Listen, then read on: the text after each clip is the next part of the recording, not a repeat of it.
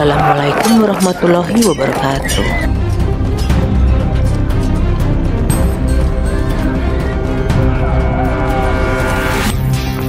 We will not seek revenge.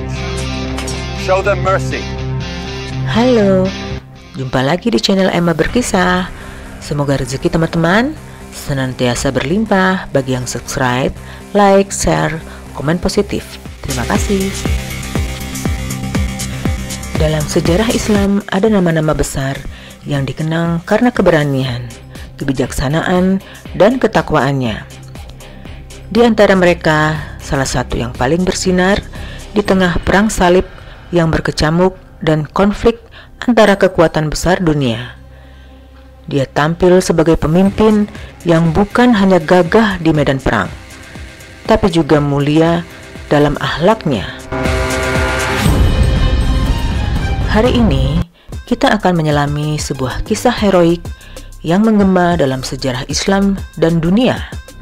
Kisah Salahuddin Al-Ayyubi, seorang pemimpin yang gagah berani dan adil, serta perjuangannya yang mulia untuk membebaskan Baitul Maqdis dari cengkeraman tentara salib.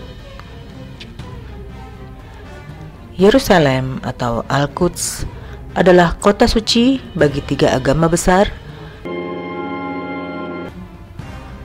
Ia adalah tempat Isra Mi'raj Nabi Muhammad Shallallahu Alaihi Wasallam dan rumah bagi Masjid Al-Aqsa yang diberkahi. Namun, selama berabad-abad, kota ini menjadi pusat konflik, terutama dalam perang salib. Dalam penantian yang panjang, muncullah seorang pahlawan, seorang sultan yang namanya diukir dengan tinta emas dalam sejarah.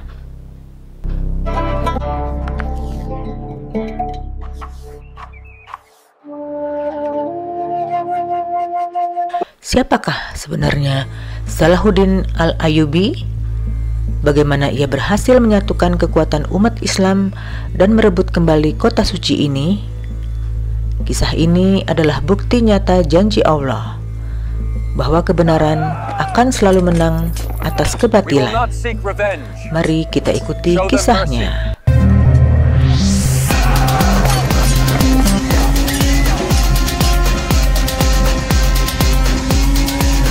Dalam masa penuh kegelapan itulah, takdir Allah menyiapkan seorang pejuang di tengah riuhnya gejolak politik dan ancaman dari luar.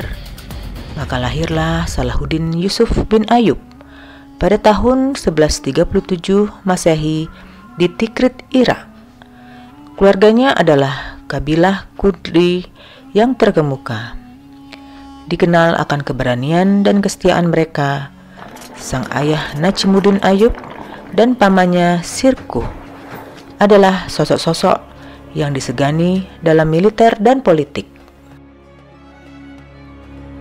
Sejak kecil, Salahuddin telah dididik dengan nilai-nilai Islam yang kuat, mempelajari Al-Quran, hadis, fikih, dan juga strategi militer. Salahuddin tumbuh dalam lingkungan ilmu, adab, dan jihad. Ia tak lahir sebagai raja, tapi tumbuh sebagai pemimpin yang dirindukan. Salahuddin tidak hanya mempersiapkan pasukan, ia membangun hati umat. Ia hidup sederhana, sholat malam tak pernah ditinggalkan, dan senantiasa menangis dalam doanya. Lingkungan yang keras, namun penuh bimbingan ini, membentuk karakternya menjadi seorang pemuda yang cerdas, berani, dan berakhlak mulia. Ia memahami bahwa kekuatan sejati bukan hanya pada fisik, tetapi juga pada keimanan dan ilmu. Kisah ini mengingatkan kita pada pentingnya pendidikan dan bimbingan. Awal karir militer Salahuddin tidak lepas dari bimbingan pamannya Sirkuh. dan terutama Nuruddin Zengi, penguasa yang sangat disegani dan gigih melawan tentara salib. Nuruddin melihat potensi besar dalam diri Salahuddin, dan ia pun dipercaya memimpin berbagai ekspedisi penting. Salahuddin menunjukkan kecerdasan strategis dan keberanian yang luar biasa di medan perang, terutama dalam kampanye di Mesir. Keberhasilannya mengalahkan faksi-faksi lokal dan mengamankan Mesir bagi dinasti Zengi membuktikan kapabilitasnya sebagai komandan ulung. Ia bukan hanya seorang pejuang, tetapi juga seorang organisator yang ulung. Perjalanannya ini adalah cerminan dari bagaimana Allah memberikan kekuatan kepada siapapun yang bersungguh-sungguh di jalannya. Wafatnya Nuruddin Zengi meninggalkan kekosongan kekuasaan dan perpecahan di antara penguasa Muslim. Fragmentasi ini menjadi kesempatan bagi tentara salib untuk semakin kuat. Disinilah Salahuddin Al-Ayyubi melangkah maju, bukan dengan paksaan semata, tetapi dengan visi yang jelas, menyatukan umat Islam di bawah satu panji untuk membebaskan Baitul Maqdis. Ia menggunakan diplomasi dan kadangkala kekuatan militer yang terukur untuk menggabungkan Mesir, Suriah, Yaman, dan wilayah lainnya. Tujuan utamanya selalu satu, membebaskan Al-Aqsa. Ini adalah tugas yang sangat berat, membutuhkan kesabaran, kebijaksanaan, dan keteguhan iman. Dengan persatuan itulah kekuatan umat Islam tak terbendung. Puncak dari persiapan Salahuddin adalah pertempuran Hattin pada Juli 1187 Masehi.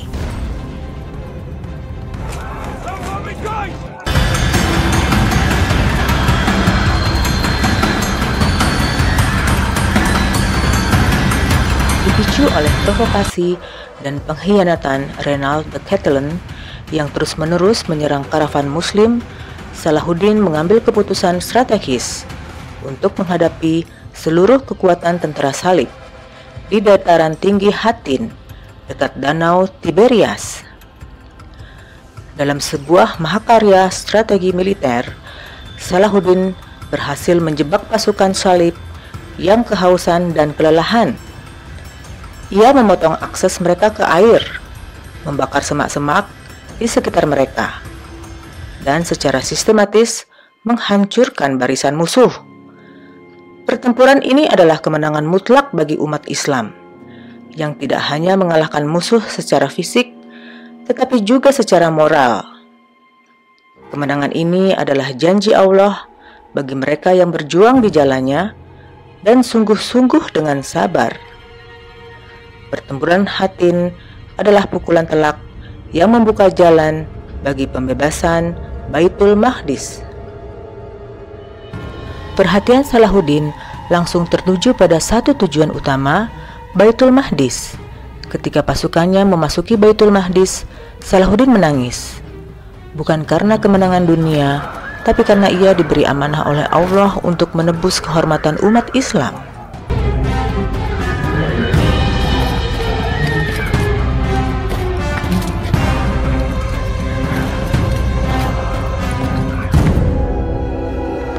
Kota suci itu telah dikuasai tentara salib selama 88 tahun, sejak jatuhnya Yerusalem pada Perang Salib pertama, yang disertai pembantaian keji.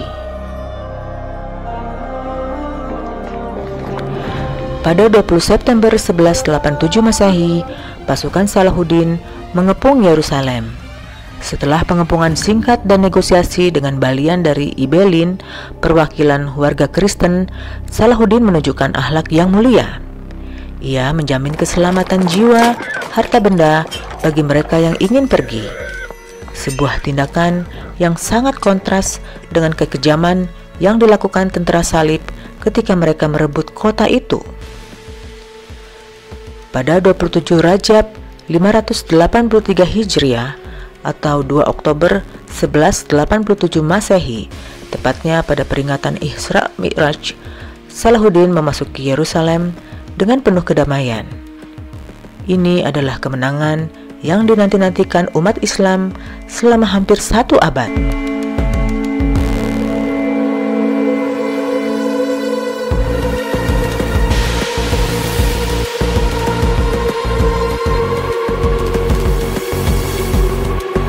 Seorang ksatria sejati yang beriman dan pasukan yang haus darah. Salahuddin mengajarkan bahwa Islam bukan hanya soal kemenangan, tapi juga soal rahmat. Peristiwa ini adalah bukti kekuatan doa dan kesabaran serta janji Allah bagi mereka yang teguh berpegang pada agamanya.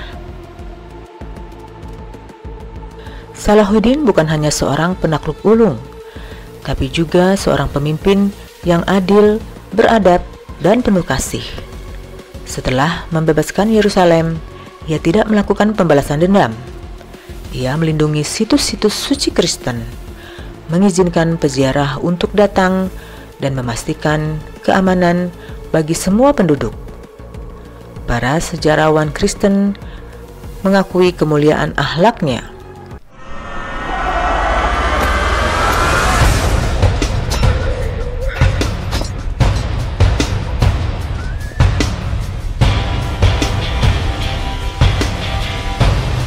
Richard the Lionheart, musuhnya di medan perang, bahkan sangat menghormati Salahuddin. Kesabaran, kesederhanaan, dan kedermawanan adalah ciri khasnya. Ia adalah cerminan dan kepemimpinan yang berlandaskan pada ajaran Islam yang penuh rahmat. Akhlak mulia ini adalah manifestasi dari ajaran Islam yang dibawa oleh Nabi Muhammad Sallallahu Alaihi Wasallam.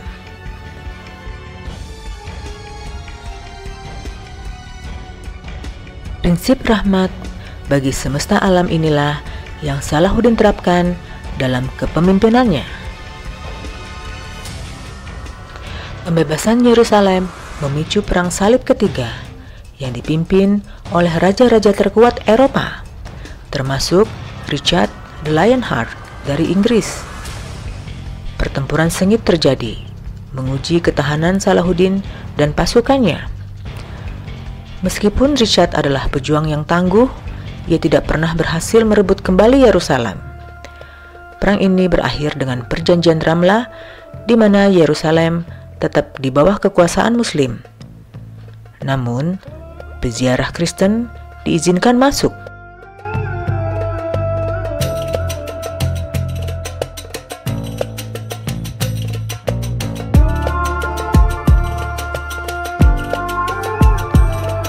Ini adalah kemenangan diplomatik yang besar bagi Salahuddin.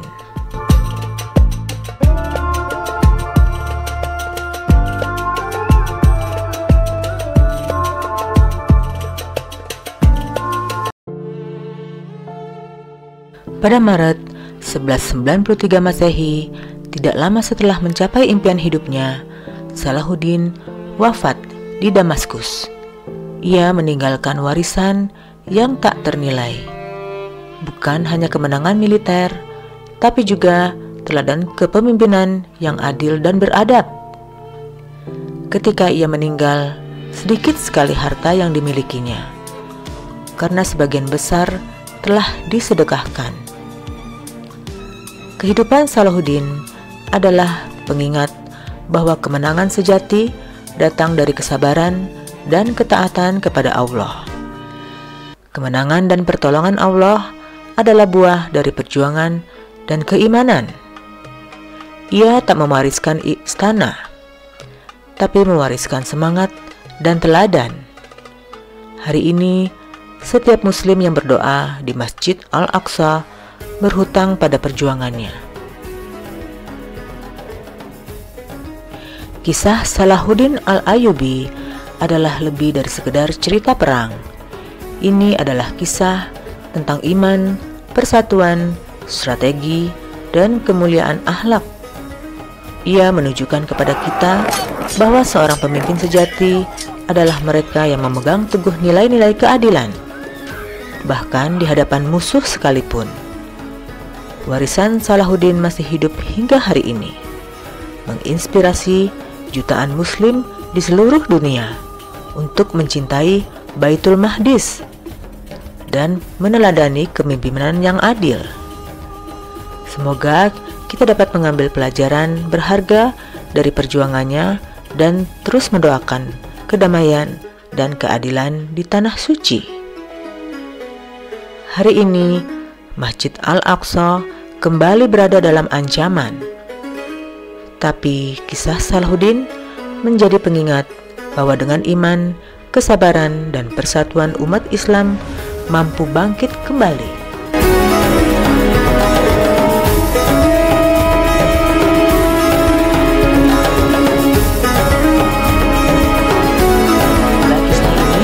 Memberikan pencerahan dan motivasi bagi kita semua. Jangan lupa untuk like, comment, subscribe, dan share video ini agar lebih banyak lagi yang mendapatkan manfaat. Sampai jumpa di video selanjutnya. Wassalamualaikum warahmatullahi wabarakatuh.